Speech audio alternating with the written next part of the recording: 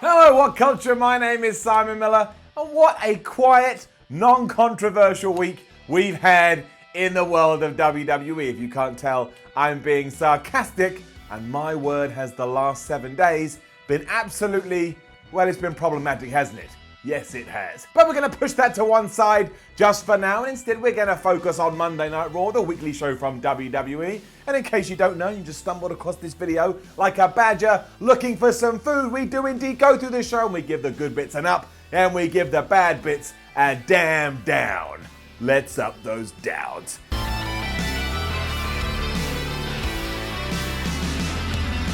A down straight away for Raw because Drew McIntyre, he came out on that television camera and he lied right to my face. So yeah, down. Braun Strowman, Dolph Ziggler and McIntyre himself was in the ring and Drew got on the microphone and he said, we whipped all the ass last week and we did it without needing a catchy nickname. Bullshit, Drew. Absolute bullshit. A few weeks ago, Braun Strowman was there going, look at me with my dogs of war. And the only reason you didn't keep it up is because A, it was a terrible name to begin with. Also B, it didn't catch on. So don't tell me that you weren't trying to make nicknames work. You weren't, but it just didn't happen. Anyway, their point was they beat the Shield so badly last week, it's quite clear that group is about to disintegrate. And we also found out in this little segment that we're getting 2 World Cup qualifying matches this evening. Who was it? It was Seth Rollins. He was taking on Drew McIntyre, and Dolph Ziggler was going to go against Dean Ambrose. You know, all those matches you've already seen, we're getting them again. That did cause friction between McIntyre and Ziggler, who had a little argument just in case they both got to the finals. And they were saying, look, I'm better than you. No, I'm better than you. And then Braun Strowman got involved, told them to shut up because he was going to win the Universal Championship. Didn't make any sense, if I'm honest. Shield arrived without Dean Ambrose because, as they told us, he was on Ambrose's time, which is not a thing, but either way, we are going straight into Drew McIntyre versus Seth Rollins. Also, quick up for Dolph Ziggler, who audibly booed on the microphone as soon as Roman Reigns started talking. That was very funny. Now, the match itself can get an up because, as always, these two are very good, but you know how this went. Dolph Ziggler kept interfering, and because of that, eventually Seth Rollins was able to curb stomp Drew McIntyre on the outside. But that's where the issues come, and that's where the down comes, because it was another count-out. Ambrose also appeared from nowhere to try and even up the odds, but why are we booking these matches if we have no intention to actually finish them? Just don't do it. I say that every week now, but just pull a jobber out your ass and throw them, and then at least then either Drew McIntyre or Seth Willins can actually get a win. I called him Seth Willins because I was thinking about the word win, and usually I go back and do it again, but I'm not going to because I actually think it's quite apt here. Seth Willins. Ambrose did pose with Seth afterwards, but this was only the start of this story because literally a few minutes later we were backstage. Rollins told Ambrose that he was on lunatic time, and Dean got all upset. He's like, you can't say that to me. You can't call me a lunatic. So it's a good thing that Ambrose don't listen to WWE commentary where Michael Cole literally calls him that around about 634 times. Anyway, he was upset and stormed off, and that left Seth Rollins and Roman Reigns shocked to their very core. Can have enough. A pre-taped interview with The Undertaker and Kane followed, talking about Crown Jewel, that absolutely non-controversial show. Yeah, right, what you're talking about, what they're doing. But anyway, they basically said this. At that event, they're going to beat up Triple H and Shawn Michaels so bad that Triple H can go back to the boardroom, and that Shawn Michaels stayed retired out of fear. But also, at this stage of Raw, when I realised they're never actually going to say now where that event is taking place. The location was just never mentioned. Down. We then got the announcement that at WWE Evolution in a couple of weeks' time, we are going to have a battle royal with the winner going on to have a title shot at some point in the future. Now, the weird thing here was that like 3/4 of the roster in this are from SmackDown. There's a couple of Raw faces. When you go bop, bop, bop, bop, you're like, there are a lot of SmackDown people in this, but whatever. Ember Moon and Nia Jax then defeated Tamina, who just randomly returned to Raw, even though I'm pretty sure when she left, she was on SmackDown, and Dana Brooke, it was a down. It was basically just a way to promote the Battle Royal that I just talked about, and after Nia Jax and Ember Moon had won, Dana Brooke basically threw everybody out the ring, because you know, that's what we do in Battle Royals. I tell you what though, the segment between the Bellas and Ronda Rousey, that was pretty good. It went on for longer than this, but you should go and watch it all. But the bullet point version is that Nikki and Brie feel like Ronda Rousey just rolled into town and stole what they had created, whereas Ronda Rousey thinks they never worked for anything. It was all handed to them on a plate, and also, wait for it, that they took advantage of their male superstar counterparts. And yes, she was referring to John Cena and Daniel Bryan, and even said the only door that Nikki Bella had ever knocked down was the door to John Cena's bedroom. Pow, pow, pow, pow. Shots fired. Rousey also said they had no talent. Eventually, a bunch of security guards came out to try and protect the Bellas. But Ronda Rousey don't care about no security guards. She threw them around. And then Nikki and Brie ran away because they're the scared heels. Now, at one point, Ronda did say that the Bellas were going to be eviscerated like smallpox. That may be the worst line I've heard on Raw all year, but I tell you what, as a start to this feud, I think it ticked all the boxes. Not sure what the actual match itself will be like, but sometimes all you need is a good build and a good hype, and I tell you what, this has begun in that fashion. The bonkers segment with Kurt Angle was next, and I felt like I'd taken a bunch of drugs, otherwise up. It started with Angle chatting to Bobby Roode and Chad Gable, who were complimenting his choice of attire, he looked like he'd been to Hawaii or something, by saying it was glorious, because that's their catchphrase. And then they just walked off. Then for some reason, No Way Jose came on the scene, he did a little dance with Kurt Angle, and he walked off too. Imagine you'd never watched wrestling before, you were flicking through TV channels, and you stopped just on this 2-minute moment. You'd be like, what on earth is wrestling? What am I watching? Anyway, the point of all of this was simply for Baron Corbin to tell Kurt Angle that if he wants to get ready for the WWE World Cup, which he's now qualified for, he better go out on Raw and have a match which he hasn't done in 12 years, but he's going to have a handicap match against the AOP. Ash.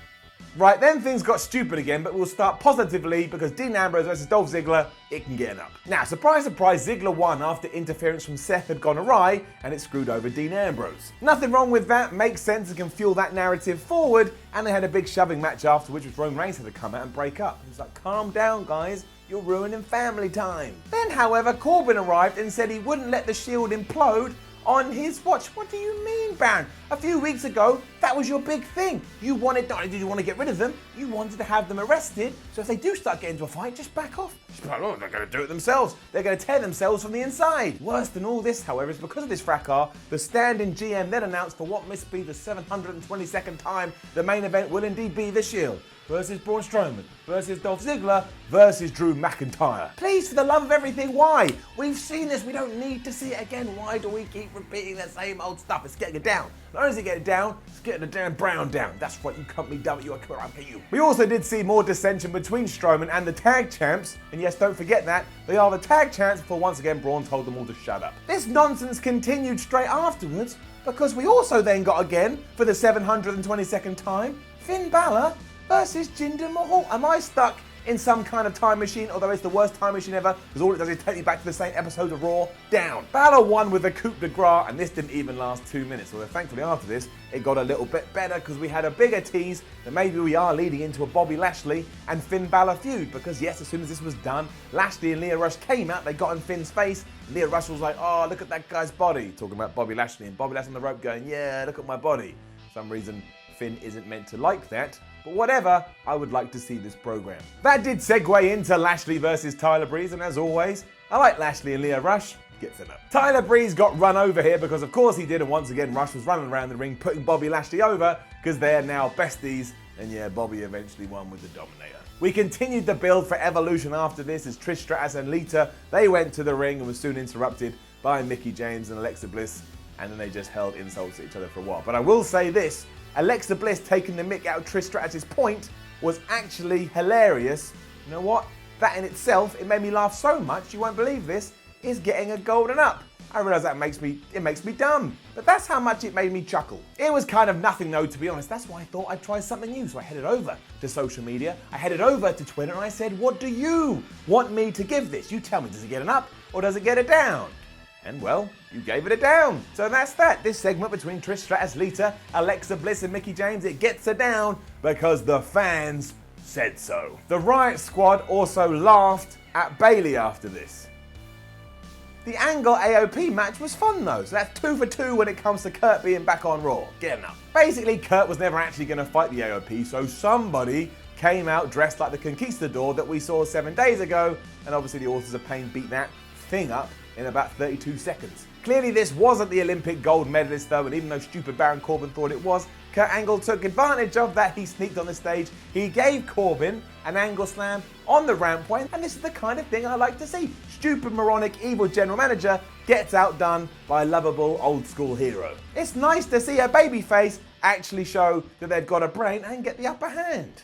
Cha-ching! Back to the downs because Natalya with Sasha Banks and Bayley in her corner defeated Ruby Riott with the Riott Squad in her corner, and the reason it gets a down is because it was a DQ finish, because we're not allowed winners or losers in the WWE. Liv Morgan just got on the ropes, she did something, and that was that. Afterwards, the teams brawled, and yes, Sasha Banks is back on Raw, but given no one made much pomp or circumstance about that, why should I do it here?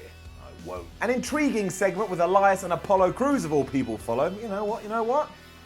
Elias did his same old stuff, but it was great because all of Elias' stuff is great. I know I said that every week, but look, if the man's going to keep knocking it out of the park, I'm not going to insult him. And then, yeah, surprisingly was interrupted by Apollo Crews, who said, look, everybody else comes out and interrupts you. I thought it was my turn to do so. And he's not wrong. Eventually they did fight, and Apollo did do an impressive looking press slam. And I tell you this, if WWE actually does something with these two and lets them have a proper feud, it could be all right. But I bet in 3 weeks' time, this has already been killed dead. For some reason, that's what we always do. And then, yeah, we got to the main event, and I swear, WWE, you pulled this out your ass at the last segment, because while I was all ready to give it a down, get to know. It was the Shield taking on the three people they always fight. I'm not even going to focus on the match here, because that was kind of just there as background material, and of course, it was fine. I knew it was going to be fine. Everybody involved is a really good pro wrestler, but shove it over there, because that's not what's interesting. Now, the tease throughout was that Ambrose and Rollins were finally going to fall out. At one point, Dean even went to give Seth the dirty deeds, but that didn't happen. Now, I don't think we're done here. I think there's more down the line, but as of this episode of Raw, we need to look at the other three dudes across the ring. After the Shield had given Ziggler the triple powerbomb to get the victory, Braun Strowman finally had enough. He was pissed off, and he gave the running power slam to Dolph, but Drew don't like that. That made Drew mad. So mad he got in there and he Claymore kicked the monster among men right in his face. That's right, the Dogs of War are finally breaking up. The faction is officially dead, and given that McIntyre stared down Strowman as he was getting back to his feet, you've got to imagine that we're probably going to segue into that feud. And let me tell you this, Drew is not just ready, he is super ready, and I'm excited to see what WWE is going to do. And that was Raw, I will say. They certainly felt like they played it a bit safe this week for obvious reasons, and that whole ball of controversy I think has been awful all around. But look, it was an alright 3 hours, we've got through it, and we'll just see what the next few days hold. But don't forget to leave a comment below and let us know what you thought about last night's episode of Raw. Like, share and subscribe. Head on over to WhatCulture.com and read yourself some articles, and follow WhatCulture on Twitter at WhatCultureWWE. My name is Simon from WhatCulture. Thanks for watching, and we got a big one tomorrow. We got a doozy, so make sure you come on by. It is ups and downs for episode 1000 of SmackDown. I'm pretty excited about it. Loads of old school legendary faces. Rey Mysterio's back. I think we'll have a jolly good time.